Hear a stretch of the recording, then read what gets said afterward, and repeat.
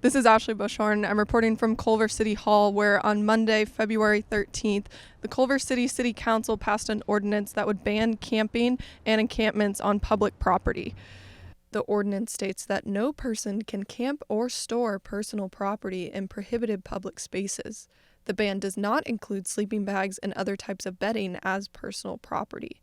The ordinance does not stop unhoused individuals from sleeping on public property, but they must do so with only blankets or bedding. Members of the council and city officials have cited both public health and safety issues having to do with why this ordinance got put in place.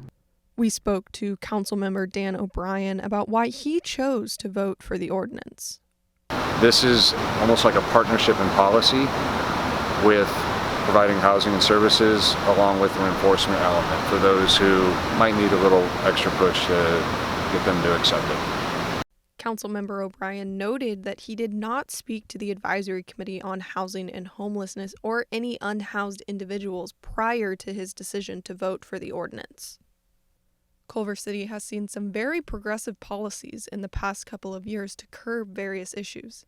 This new ordinance is a divergence from these previous initiatives. It's really an attempt to roll back the progress that has been made in Culver City over the last 6 to 8 years. We need to do things that are humane and recognizes the baseline of what we would need as humans to operate should we find ourselves homeless. While this ordinance may have been formed because of political tensions within the council, the unhoused population in Culver City will be the ones most affected by it. We spoke to Father Andy Herman, who has been unhoused since 2017, about his perspective on the ordinance. If you're in an encampment, a tent means you're protected. For them to give that up is basically Culver City saying, however it works out, and we really don't give a damn, except that our streets are going to look pretty again. We spoke to many unhoused people who wish not to be on camera, but mentioned that they had never had any interactions with city officials offering to give them resources or accommodations. We also spoke to some people that were put in temporary housing at motels. They described roach-infested rooms and not receiving 3 meals a day as they were promised.